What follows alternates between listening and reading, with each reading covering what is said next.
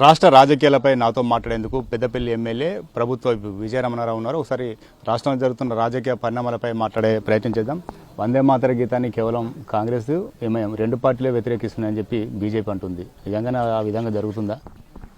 అటువంటిది ఏం లేదు. వాళ్ళు కావాలని చెప్పి బీజేపీలోకి ఏంటంటే ఈ మధ్యలో దేశవ్యాప్తంగా మన బీజేపీ పార్టీ కానీ ఎన్డీఏ ప్రభుత్వం కానీ నరేంద్ర మోడీ గారి ఇమేజ్ కానీ అమిత్ షా గారు వీళ్ళంతా కూడా ప్రజలు వాళ్ళ మీద ఉన్నటువంటి ఏదైతే నమ్మకం పెట్టుకొని 3 సార్లు ఓట్లు వేసిండ్రో, చాలా రాష్ట్రాల్లో బీజేపీకి అధికారం ఇచ్చిండ్రో, వాళ్ళు దానికి విరుద్ధంగా ఎలాంటి అభివృద్ధి లేకుండా ఇవాళ దేశవ్యాప్తంగా కూడా జీడిపి పూర్తిగా పడిపోయి ఇవాళ దేశవ్యాప్తంగా మరి బంగారం కూడా కొనొద్దు అని చెప్పే స్థాయికి ఒక దేశ ప్రధానమంత్రి రావడం, ఇవన్నీ దృష్టిలో పెట్టుకొని ప్రజలు కూడా బీజేపీ ప్రభుత్వం పట్ల ఎన్డీఏ ప్రభుత్వం విసిగిపోయినటువంటి ఈ సందర్భంలో మొన్న మనం చూసినాం.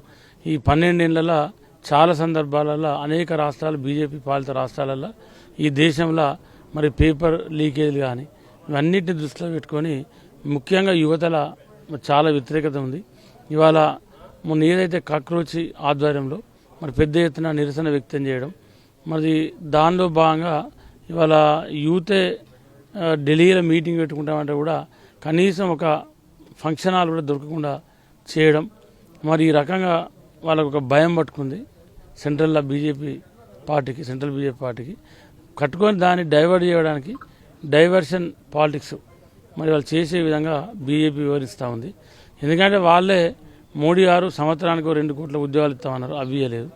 మరి 12 ఏళ్ళు అయితే 24 కోట్ల ఉద్యోగాలు వాళ్ళ దేశంలో కనీసం ఉద్యోగాలు రావడం దేవుడు ఉన్న ఉద్యోగాలు ఊడిపోయినాయి. అంటే మీ పార్టీ నుంచి ఇటీవల పార్టీ మారినటువంటి జీవన్ రెడ్డి కూడా మీ పైన తీవ్ర స్థాయిలో విమర్శలు చేస్తున్నారు. రేవంత్ రెడ్డి ఢిల్లీకి ఏజెంట్గా పనిచేస్తున్నారని చెప్పి చాలా అంశాల్లో జీవన్ రెడ్డి టార్గెట్ చేస్తూ మాట్లాడుతున్నారు. ఇప్పుడు కొత్త బుచ్చబోలకు పొద్దురు కాదు, కొత్తగా బుచ్చ అవతారం ఎత్తినాక మన పొద్దు కిందలేదు తెల్లారిందలేదు. ఇప్పుడు ఆయన కొత్త ఇళ్ళకి వెళ్ళి పార్టీలో జాయిన్ అయ్యాడు. ఆయనకి ఏంటంటే ఇంట్లో మరి 12-13 సార్లు పార్టీ టికెట్ ఇచ్చింది. పార్టీ అన్ని రకాలుగా అండదండగా ఉంది.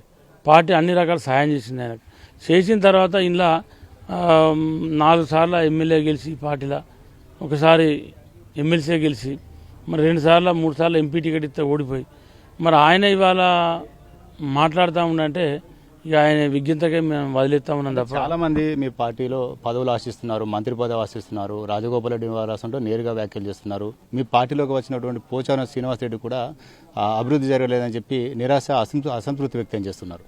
ఇప్పుడు అభివృద్ధి అనేది నిరంతరం జరిగే ప్రక్రియ. ఇవాళ తెలంగాణ రాష్ట్ర వ్యాప్తంగా ఎన్నడూ లేని అభివృద్ధి కార్యక్రమాలను ఇవాళ రేవంత్ రెడ్డి గారి నాయకత్వంలో వారు ముఖ్యమంత్రి అయినాక జరుగుతూ ఉన్నాయి.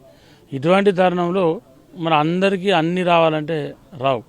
సరే మంత్రులు అనేటి అది లిమిటెడ్, కొంతమందికే సామాజిక సమతుల్యత అనేది ఉంటుంది మంత్రివర్గ విస్తరణలో. ఒక్కొక్కసారి సమర్థవంతులకు కూడా మరి అవకాశం రానటువంటి సందర్భం ఉంటుంది. అంత మాత్రాన పదవి రానంత మాత్రాన దాన్ని వేరే ఆంగిల్లో ఆలోచన చేసి ఏదో రకంగా రేవంత్ రెడ్డి గారి మీద కాంగ్రెస్ పార్టీ మీద ప్రభుత్వం మీద బురద తల్లేటువంటి ప్రయత్నం ఏదైతే ఉందో అది కరెక్ట్ కాదు. పోచారం శ్రీనివాసరెడ్డి వ్యాఖ్యలు ఎట్లా చూస్తారు? మీ పార్టీ నిర్ణయాలు కావచ్చు, మీ పార్టీ అభివృద్ధి కావచ్చు, ఇవన్నీ కూడా ప్రశ్నిస్తున్నారు. ఆయన వ్యక్తిగతం. సరే, ఆయన మాట్లాడేదాన్ని నేను పెద్దంత సీరియస్ తీసుకుంటలేను. ఎందుకంటే వారు గతంలో కూడా చాలా సీనియర్ పొలిటీషియన్, చాలా సంవత్సరాల నుంచి రాజకీయాలు అన్నారు. ఇవాళ 5th టైం ఎమ్మెల్యే అనుకుంటా. సరే, అది వారి విజ్ఞతకే వదిలేస్తున్నాం. అభివృద్ధి విషయంలో బీఆర్ఎస్ కూడా ఛాలెంజ్ చేస్తుంది. మా హయాంలో అభివృద్ధి జరిగింది, కాంగ్రెస్ హయాంలో 2.5 ఏళ్ళు అవుతుంది, ఇంతవరకు అభివృద్ధి జరగలేదు, కనీసం మేడిగడ్డను కూడా రిపేర్ చేసే పరిస్థితి లేదని చెప్పి విమర్శలు చేస్తుంది. ఇప్పుడు మేడిగడ్డ రిపేర్ విషయంలో వాళ్ళ మాట్లాడే నైతిక హక్కు లేదు. ఎందుకంటే ఉమ్మడి కరీంనగర్ జిల్లా మొత్తంలో కూడా 13 నియోజకవర్గాలకు సంబంధించి ఇవాళ 13 నియోజకవర్గాలలో కూడా మేము ఈ నియోజకవర్గం కాళేశ్వరం ప్రాజెక్టులో భాగంగా మేము ఈ నియోజకవర్గానికి గిన్ని ఎకరాల నీళ్ళు ఇచ్చినామని చెప్పి ఎక్కడ చెప్పలే, ఎక్కడ లేదు కూడా. అదే ఇవాళ ఎస్ఆర్ఎస్పీ ప్రాజెక్టు కట్టింది కాంగ్రెస్ పార్టీ, కాంగ్రెస్ ప్రభుత్వం. పండిత్ జవహర్లాల్ నెహ్రూ గారు శంకుస్థాపన చేసి మరి ఆ ప్రాజెక్టు పూర్తి చేస్తే ఇవాళ ఆ ప్రాజెక్టు ద్వారా ఉమ్మడి కరీంనగర్ జిల్లా 6 లక్షల ఎకరాలకు ఆయకట్టొస్తుంది. అలా మీరు ఎక్కడ చూసుకున్నా కూడా ఇవాళ పెద్దపల్లి నియోజకవర్గానికి వస్తే ప్రత్యక్షంగా 1,25,000 ఎకరాలకు ఆయకట్టిస్తాను.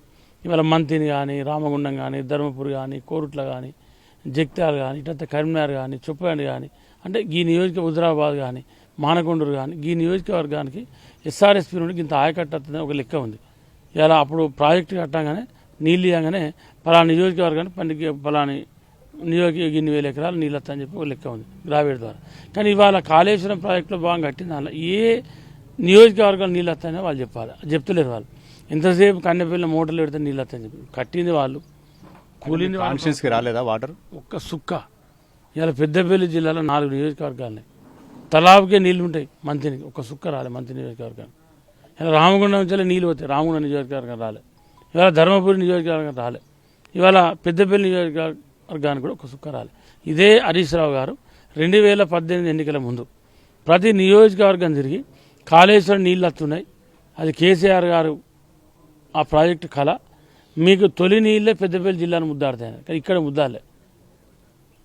సిద్దిపేట ముద్దానే, రెండోసారి పోయి గజ్వేల్ ముద్దానే, తర్వాత మెదక్ జిల్లా అంత ముద్దానే, ఇక్కడ ఎక్కడ ముద్దాలే. ఉమ్మడి కరీంనగర్ జిల్లా రైతుల పుట్టగొట్టి ఇక్కడ ముంచేరే తప్ప అసలు ఉమ్మడి కరీంనగర్ జిల్లాల కాళేశ్వరం ప్రాజెక్టు ద్వారా నీళ్ళు వచ్చే నియోజకవర్గం లేదు.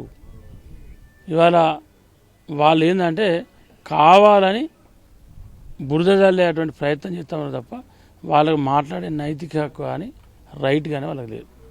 సామాజిక సమతుల్య నేపథ్యంలోనే పదవులు వస్తాయని చెప్తున్నారు. అదేవిధంగా కాంగ్రెస్ హయాంలోనే అభివృద్ధి జరుగుతుంది, కావాలని చెప్పే మిగతా పార్టీలన్నీ కూడా విమర్శలు చేస్తున్నాయని చెప్పి విప్పు విజయరమణారావు చెప్తున్నారు. కెమెరా పర్సన్ సుధీర్తో సతీష్, 10 టీవీ, పెద్దపల్లి.